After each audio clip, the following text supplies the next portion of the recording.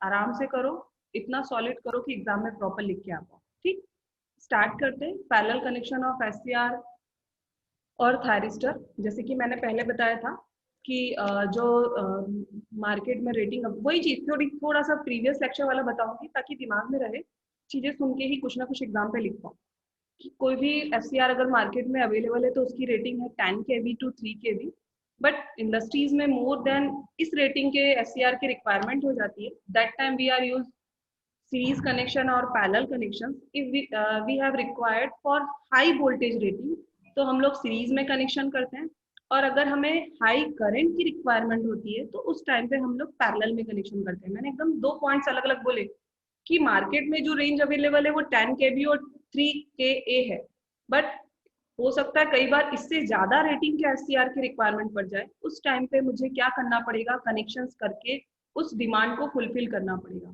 Second point, अगर voltage की high voltage की डिमांड है तो सीरीज में कनेक्शन कर दो, हाई करंट की रिक्वायरमेंट है तो पैरेलल में कनेक्शन कर दो। उसके बाद मैंने एक पॉइंट बोला था कि अगर मैंने जितने भी एससीआर आपस में सीरीज या पैरेलल में कनेक्ट किए हैं सारे के सारे यूटिलाइज होने चाहिए। ऐसा नहीं कि 4 में से सिर्फ 3 यूटिलाइज हो रहे हैं, 5 चौथा वाला कुछ काम ही नहीं कर रहा है। चारों के चारों यूटिलाइज होना चाहिए, तभी वो इफिशिएंटली वर्क कर पाएगा। ठीक, अब मैंने 4 एससीआर आपस में कनेक्ट तो किए हैं, बट सबकी रेटिंग भी सेम है लेकिन उनकी वीआई कैरेक्टरिस्टिक सेम नहीं है। अगर उसकी वीआई कैरेक्टरिस्टिक सेम नहीं है तो वो क्या करेगा, अनइक्वल, मतलब जो अपना करेंट या वोल्टेज उसमें फ्लो हो रहा है वो इक्वली डिस्ट्रीब्यूट नहीं करेगा। ठीक, देन उसके बाद उसके कारण हमारे जितने भी, उससे हमें पता चलेगा कि जितने, ये मैं इसलिए थोड़ा फास्ट पढ़ा रही हूँ क्योंकि ऑलरेडी बता चुकी हूँ, इसलिए जो लोग नए आए हैं वो ये ना सोचे कि मैम कितना फास्ट बता रही, कुछ पता नहीं चल पा रहा। ये ऑलरेडी 3 से 4 बार हो चुका है। ये पता चला कि प्रॉपर करंट और वोल्टेज नहीं जा रहा है तो उस केस में मुझे पता चलेगा कि कोई ना कोई एससीआर है जो फुली तरह से यूटिलाइज नहीं हो रहा, इसलिए इसकी इफिशियंसी जो होती है वो हमेशा लेस देन 100% होती है। ठीक, उसके बाद मैंने एक स्ट्रिंग इफिशियंसी का फॉर्मूला बताया था। स्ट्रिंग इफिशियंसी का फॉर्मूला मैंने ये बताया था कि अगर मैंने कोई स्ट्रिंग में एससीआर कनेक्टेड किए हैं तो उस पूरे स्ट्रिंग का टोटल वोल्टेज या current then divided by individual voltage या current rating of one SCR then multiply by number of SCR in string connected in string, sorry। ठीक है, देन उसके बाद मैंने बताया था स्ट्रिंग इफिशियंसी निकाल ली, देन आफ्टर अपने को क्या करना है, उसका डीआरएफ फैक्टर निकालना है। डीआरएफ फैक्टर क्यों निकालते हैं, फॉर फाइंडिंग इट्स रिलायबिलिटी, कि सिस्टम कितना मेरा रिलायबल है, ये फाइंड आउट करने के लिए मुझे उसका डी रेटिंग फैक्टर निकालना है। ठीक, फिर यहाँ से पैरेलल कनेक्शन शुरू हुआ था। मैं थोड़ा यहाँ से स्लो करूंगी क्योंकि बी सेक्शन को ये मैंने नहीं पढ़ाया है। इसके पहले जो पार्ट था वो सीरीज में भी मैंने स्टार्टिंग में बताया है, वो कॉमन है, चाहे एग्जाम में सीरीज कनेक्शन लिखने को आए चाहे पैरेलल लिखने को आए, string efficiency D rating factor तक लिखना ही लिखना है। ठीक, और जो स्ट्रिंग इफिशियंसी और डी रेटिंग फैक्टर है वो न्यूमेरिकल करने के लिए भी यूज होगा, इसलिए वो फॉर्मूले भी पता होने चाहिए। अब फर्स्ट, पैरेलल कनेक्शन होता क्यों है, क्यों करते हैं, तो वो सबको क्लियर हो चुका है कि पैरेलल कनेक्शन जब मुझे हाई करंट रेटिंग की रिक्वायरमेंट होती है तो हम लोग मोर देन 1 एससीआर को पैरेलल में क्या करते हैं, कनेक्ट करते हैं। ठीक, अब उनकी कैरेक्टरिस्टिक जो होती है डिफरेंट होती है। जैसे पहले अभी मैंने स्टेटमेंट बताया कि अगर कोई एससीआर है मैं यूज कर रही हूँ सेम रेटिंग के, बट हो सकता इलेक्ट्रॉनिक्स डिवाइस है, कुछ भी हो सकता है, तो उसकी जो कैरेक्टरिस्टिक मिले वो मुझे सेम ना मिले, तो उस कंडीशन के कारण जो रेटिंग होती है, जो करंट शेयर कर रहा है वो अनइक्वल हो जाता है। स्ट्रिंग में, किसी भी स्ट्रिंग में जो करंट को शेयर कर रहा है वो अनइक्वल हो जाता है। इसी चीज को वो थोड़े डिफरेंट वर्ड में लिख दे रहा है कि जब बहुत ज्यादा करंट की रिक्वायरमेंट होती है तो हम लोग नंबर ऑफ एससीआर्स को आपस में पैरेलल में कनेक्ट करते हैं और उसका जो कॉमन करंट कैपेबिलिटी है उसे क्या करते हैं, इंक्रीज करते हैं। वही वर्ड्स को थोड़ा घुमा फिरा के वो बोल रहा है। ठीक, अब अगर कोई मैंने कनेक्शन किया है, चाहे मैं सीरीज की बात करूं चाहे पैरेलल की बात करूं, अगर मैंने कोई कनेक्शन किए हैं तो मुझे उसकी रेटिंग तो सेम रखना है, उसकी वीआई कैरेक्टरिस्टिक को भी सेम बनाना है। वीआई कैरेक्टरिस्टिक कब सेम बनेगी, जब उसका लैचिंग करंट और उसका होल्डिंग करंट सेम होगा। क्या कोई मुझे बता सकता है what is the latching current, anybody? Yes ma'am. Please, Gautam को छोड़ के जो कोई और बोला yes ma'am. Yes ma'am. Ma'am वो मिनिमम करंट होता है कंडक्शन स्टार्ट होता है, very good, proper conduction start होता है। Very good. लैचिंग करंट वो करंट होता है, एनोड करंट वो मिनिमम एनोड करंट होता है। अगर वो उसे लैचिंग करंट की वैल्यू मिल गई, अगर उस एससीआर ने लैचिंग करंट मिनिमम एनोड, मतलब जैसे कि सिंपल वर्ड्स में बोलूं समझाने के लिए, कोई सर्किट है उसमें एनोड करंट फ्लो हो रहा है, ठीक। अगर वो एनोड करंट पहले 1 एम्पियर है, फिर 2 एम्पियर है, फिर 3 एम्पियर है, तो हो सकता है जो एससीआर है उसकी कैपेसिटी 3 एम्पियर के बाद स्टार्ट होने की है, कि उसको जब 3 एम्पियर का करंट मिलेगा तभी वो प्रॉपर कंडक्शन में आएगा। तो जब एससीआर को उसका 3 एम्पियर करंट मिल जाएगा, उसके बाद वो प्रॉपर कंडक्शन में चला जाएगा। तो उसी वर्ड को यहाँ पे उसने वर्ड यूज किया, एक नाम यूज किया है लैचिंग करेंट। तो लैचिंग करंट मीन्स व्हाट, वो मिनिमम एनोड करंट जिसके बाद एससीआर मेरा प्रॉपर कंडक्शन में चला जाता है। अगर उसके बाद में गेट टर्मिनल को रिमूव भी कर दूं तो भी मेरा एससीआर प्रॉपर कंडक्ट करेगा, उसे किसी की जरूरत नहीं है एक बार अगर वो ऑन हो गया है तो, ठीक। देन तो मुझे इन सबको सेम रखना पड़ेगा अगर मुझे इक्वली करंट डिस्ट्रीब्यूट करना है तो। देन उसके बाद टेम्परेचर भी सबका सेम होना चाहिए, टेम्परेचर सेम होना चाहिए, तो उसके लिए उसने क्या किया, हीट सिंक का यूज किया, कॉमन हीट सिंक का यूज किया, ठीक। उसके बाद मैंने यहाँ छोटी सी चीज बताई थी कि अगर पैरेलल में कनेक्शन करना है मुझे डीसी के लिए, तो मुझे सीरीज में क्या करना पड़ेगा, रेजिस्टेंस लगाने पड़ेंगे। अगर मुझे एसी के लिए कनेक्शन करने हैं, अगर मुझे पैरेलल कनेक्शन एसी के लिए करना है तो मुझे क्या करना पड़ेगा, इंडक्टर का यूज करना पड़ेगा, ठीक। ये मैंने छोटी सी कुछ नया ऐड कर दिया था। अब इसके बाद से मैंने एक न्यूमेरिकल कराया था, इस न्यूमेरिकल को मैं लास्ट में कराऊंगी, पहले टॉपिक कवर कर लूँ तब, क्योंकि इसमें कुछ पॉइंट्स कल छूट गए थे, ठीक। यहाँ से शुरू करते हैं फिर से पैरेलल, वो सारी कहानी भी इसमें आनी, लेकिन यहाँ से एकदम सीक्वेंस में चलेंगे ताकि दिमाग में चीजें चली जाए। पैरेलल ऑपरेशन ऑफ एससीआर, जैसे मैंने ऑलरेडी बोल चुकी हूँ कि हाई करंट रेटिंग को फुलफिल करने के लिए हम लोग नंबर ऑफ एससीआर को आपस में कनेक्ट करते हैं, ठीक। देन यहाँ पे मैंने क्या किया है, दो एससीआर को आपस में पैरेलली कनेक्ट किया। यही चीज अगर सीरीज में थी तो हमने दो एससीआर को क्या किया था, सीरीज में कनेक्ट किया था। यहाँ पे मैंने क्या किया, दो एससीआर को पैरेलली आपस में कनेक्ट किया। ये हो गया एनोड, दोनों एससीआर के लिए कॉमन एनोड नोड, और ये हो गया दोनों एससीआर के लिए कॉमन कैथोड नोड, ठीक। यहाँ पे दोनों का वोल्टेज तो सेम है लेकिन करंट डिवाइड हो रहा है। ये मेन करंट है, ये फर्स्ट वाले एससीआर के लिए फर्स्ट करंट, सेकंड वाले एससीआर के लिए सेकंड करंट, ठीक।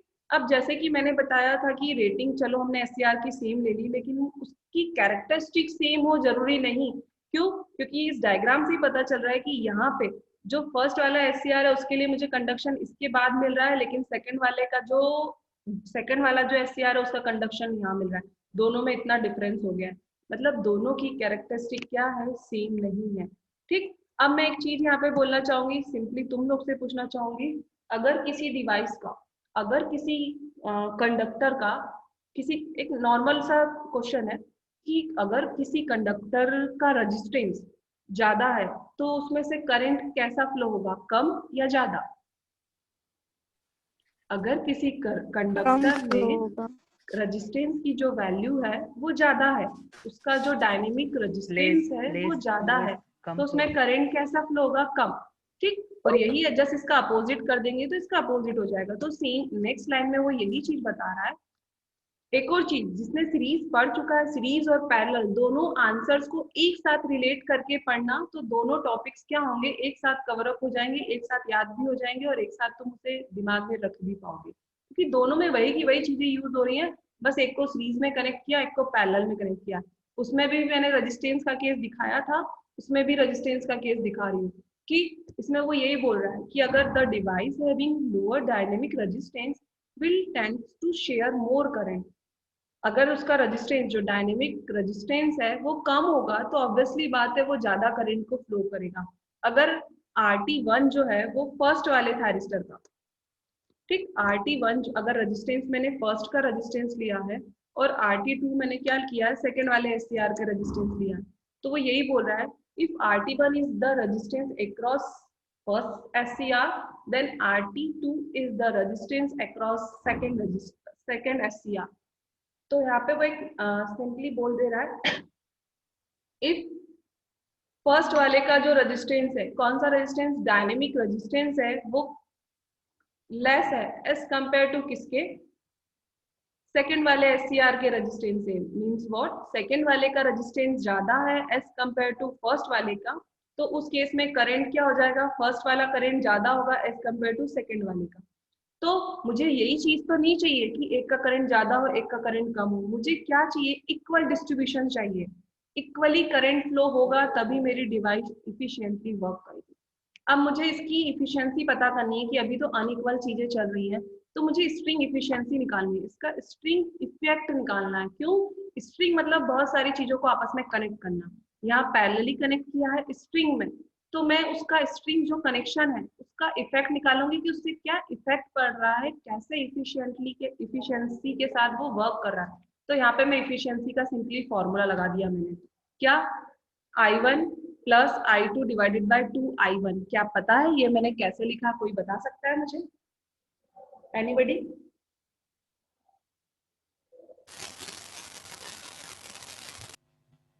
बारिश ने कुछ बोलने की कोशिश की, but cause of network issue proper सुनाई नहीं।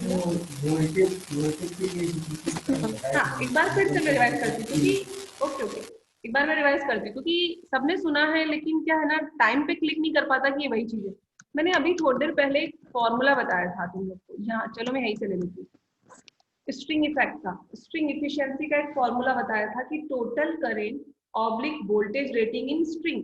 जब हम लोग ने सीरीज में कनेक्शन किया था तो वोल्टेज की वैल्यू ली थी, पैरेलल में कनेक्शन है तो किसकी वैल्यू लेंगे, करंट की।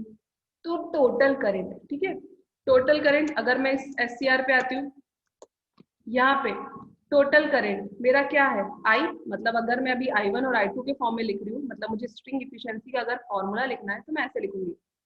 स्ट्रिंग इफिशियंसी का फॉर्मूला होता है I1 प्लस I2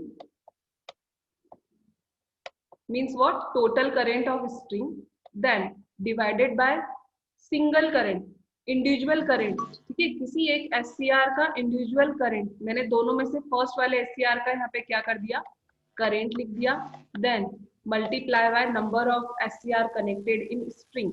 इस स्ट्रिंग में कितने SCR कनेक्टेड है, 2। It means what, string efficiency का फॉर्मूला क्या हो जाएगा, I1 plus I2 divided by 2I1।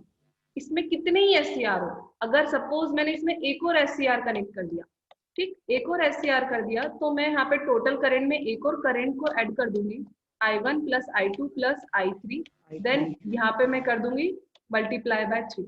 Simply this is a formula of string efficiency. एकदम सिंपल है, जो लोग शुरू से पढ़ रहे हैं वो शायद कैच कर पाए। ठीक, तो मैंने यहीं से उसी पॉइंट से यहाँ पे क्या किया, स्ट्रिंग इफिशियंसी को नोट डाउन किया है, स्ट्रिंग इफिशियंसी को लिखा है कि क्या होता है string efficiency, this, sorry proper मेरा सर्कल नहीं बन पाया, I1 string efficiency is equal to I1 plus I2 divided by 2I1। ठीक, अब उसने जैसे बोला था कि जो स्ट्रिंग इफिशियंसी होती है, अगर तुम लोगों ने पावर सिस्टम में भी पढ़ा हो, कभी किसी की इफिशियंसी निकाली होगी तो कभी भी इफिशियंसी मोर देन 1 नहीं आती है, हमेशा इफिशियंसी जो आती है वो पॉइंट्स में ही आती है, 0.8, 0.6, 0.0, 0.01। तो इसके लिए भी जो इफिशियंसी है, स्ट्रिंग इफिशियंसी, वो हमेशा लेस देन 1 ही होती है। ठीक, अगर मुझे 100% इफिशियंसी चाहिए तो मुझे जो करंट अलग अलग जा रहे हैं जैसे I1 और I2, मुझे दोनों करंट की वैल्यू को इक्वल करना पड़ेगा। अगर मैं दोनों वैल्यू को इक्वल कर दूंगी तो मुझे इफिशियंसी जो है वो कैसे मिल जाएगी, 100%। अब मुझे सिस्टम को क्या करना है, और इफिशियंसी के साथ वर्क कराना है, और इफिशियंट बनाना है, और रिलायबल बनाना है। तो मैं क्या करूंगी, इसमें कुछ मेथड्स यूज करूंगी। जैसे मैंने सीरीज में बताया, अगर तुम लोग ने ध्यान से सीरीज में सुना होगा तो वही वर्ड्स यहाँ पे यूज कर रही हूँ। वहां पे मैंने यूज किए थे स्टैटिक इक्वलाइजेशन और डायनेमिक इक्वलाइजेशन। थोड़ा सा जो ए सेक्शन है प्लीज ध्यान से, स्टैटिक इक्वलाइजेशन में उसमें अपन ने क्या किया था, जो रजिस्टेंस थे उसको पैरेलली कनेक्ट किए थे। क्या गौतम ऐसे ही कुछ था? Yes ma'am. ठीक, तो ऐसे कंपेयर करके पढ़ोगे ना तो दो टॉपिक एक साथ प्रिपेयर होंगे। जब सीरीज कनेक्शन था उसकी इफिशियंसी को मुझे बढ़ाने के लिए, प्रॉपर वर्क कराने के लिए मैंने क्या किया था, उसका छोड़ देती हूँ नहीं तो अभी बी वाले थोड़ा कंफ्यूज हो जाएंगे। मैं ए वालों को सिर्फ बोल रही हूँ कि उसके साथ कंपेयर करना कि स्टैटिक इक्वलाइजेशन जो है पैरेलल के लिए, स्टैटिक इक्वलाइजेशन मतलब प्रॉपर करंट जाए करंट की जो शेयरिंग है वो प्रॉपर हो, इसके लिए हम लोग इक्वलाइजेशन सर्किट का यूज करते हैं। इट मीन्स जो स्ट्रिंग में कनेक्शन किए पैरेलल में वो तो करने ही करने, साथ में मैंने यहाँ पे क्या कर दिया, इस एससीआर के साथ एक रेजिस्टेंस लगा दिया सीरीज में, सेम एज इट इज इस एससीआर के लिए एक रेजिस्टेंस लगा दिया सीरीज में, सॉरी गलत बोला मैंने, इस एससीआर के साथ सीरीज में एक रेजिस्टेंस लगाया, इस एससीआर के साथ सीरीज में एक कनेक्शन लगाया। अब इनका रेजिस्टेंस अगर मैं निकालूं तो इस एससीआर का अपना डायनेमिक रेजिस्टेंस था जो अपन ने भी थोड़ी देर पहले बात की, इसका जो रेजिस्टेंस था वो RT1, तो देखो यहाँ पे उसने लिख दिया RT1, देन प्लस कर दिया इसने कौन सा रेजिस्टेंस, ये वाला resistance, same as it is इसमें भी इसने यही किया है, RT2 प्लस R2, उसी चीज को वो यहाँ बोल रहा है, resistance R use in case of static current sharing. Static मतलब समझते हो क्या होता है, डिक्शनरी मीनिंग पूछ रही हूँ मैं। स्थिर ओके, यस मैम, और कोई, स्थिर ओके ओके, और कोई वैल्यू चेंज नहीं हो सकता ma'am. Same value, do not change, ma'am value change नहीं हो सकता है। ओके ओके, जैसे कि मैंने कहा ना कि हमें सेम करंट फ्लो कराना है, तो हमें स्टैटिक करंट शेयरिंग के केस में हम लोग स्टैटिक इक्वलाइजेशन यूज कर रहे हैं। इट मींस मैं इसमें पैरेलल कनेक्शन में सीरीज में मैंने एससीआर के साथ एक रेजिस्टेंस कनेक्ट कर दिया, ठीक, तो वो यही चीज बोल रहा है, with resistance R use in series, ठीक। देन उसके बाद बोल रहा है if the internal resistance across one SCR1 is RT1 and this, so we choose the value of R1 and R2 such that the total resistance across each branch is simply जो मैंने बताया वही, इसका और इसका उसने ऐड कर दिया और कुछ नहीं, ज्यादा डिटेलिंग नहीं बता रही क्योंकि ये हमेशा और में क्वेश्चन आता है और मैं चाहती हूँ कि सारी चीजें इकट्ठी करने से अच्छी जो चीजें हैं वो मेन पढ़ो तो ज्यादा सही है, क्योंकि मुझे पता है स्टूडेंट्स जो होते हैं स्टार्टिंग में तो बहुत जोश होता है तो अपने आंसर्स को कॉपी में बहुत ज्यादा लिख लेते हैं, और एग्जाम का जब प्रेशर आता है तो उन 5 पेज में से मुश्किल से 3 पेज याद होते हैं और एग्जाम में लिखते लिखते तक वो 2 पेज पे पहुंच जाते हैं। तो मेन कंटेंट्स लिखो ताकि एग्जाम में भी फुली माइंड्स के साथ उसे पढ़ पाओ और एग्जाम में भी उन पॉइंट्स को प्रॉपर लिख पाओ, ज्यादा रामायण नहीं लिखना है। देन नेक्स्ट है डायनेमिक इक्वलाइजेशन, ठीक। Next one is a dynamic equalization, इसमें हम लोग इंडक्टर का यूज कर रहे हैं, किसका, इंडक्टर का यूज कर रहे हैं। अब अगर मैंने इंडक्टर का यूज किया है मतलब वहां पे करंट, अभी मैं इसकी कुछ थ्योरी नहीं बोल रही हूँ, मैं अपनी जनरल थ्योरी बोल रही हूँ कि अगर फिजिक्स में भी तुमने पढ़ा है इंडक्टर है, इंडक्टर से मैं करंट फ्लो कराती हूँ मतलब वहां पे मैग्नेटिक फ्लक्स आता है, मैग्नेटिक फ्लक्स आता है मतलब वहां पे ईएमएफ इंड्यूस होता है, ठीक। क्यों, क्योंकि EMF induce according to Faraday law क्या होता है, whenever flux change with respect to time, जब भी फ्लक्स टाइम के रिस्पेक्ट में चेंज होता है तो वहां पे ईएमएफ इंड्यूस होता है अकॉर्डिंग टू फैराडे लॉ। ऐसी कुछ थ्योरी ही उठ के यहाँ पे आएगी, ऐसा ही कुछ वो बोलेगा। देखो यहाँ पे डायनेमिक इक्वलाइजेशन के लिए उसने क्या किया है, एससीआर के साथ सीरीज में उसने इंडक्टर को कनेक्ट कर दिया, ठीक, किसे कनेक्ट कर दिया, इंडक्टर को कनेक्ट कर दिया, तो इसी चीज को बोल रहा है if anode current are such that I1 equal to I2, then flux produced by two equal halves of the reactor opposes each other. Opposite flux cancel each other, therefore no voltage drop across the reactor. इसके आगे वाली कहानी में देखो क्या बोल रहा है, बट इसकी कहानी नहीं सुनाती मैं अपनी कहानी, जो मैंने बोला कि दोनों अगर दोनों, ठीक है, तुम लोग ने सिंक्रोनस मशीन का प्रिंसिपल पढ़ा है, सॉरी इंडक्शन Yes, मशीन का, इंडक्शन मशीन का प्रिंसिपल, वर्किंग प्रिंसिपल पढ़ा है एनीबॉडी? यस मैम, मैं थोड़ा सा रिवाइज अगर करूँ तो कि अभी मैंने मशीन बहुत दिन से पढ़ी नहीं है, शायद क्लिक हो जाए, क्या बोलते जाओ ना तो अचानक याद आती जाती चीजें।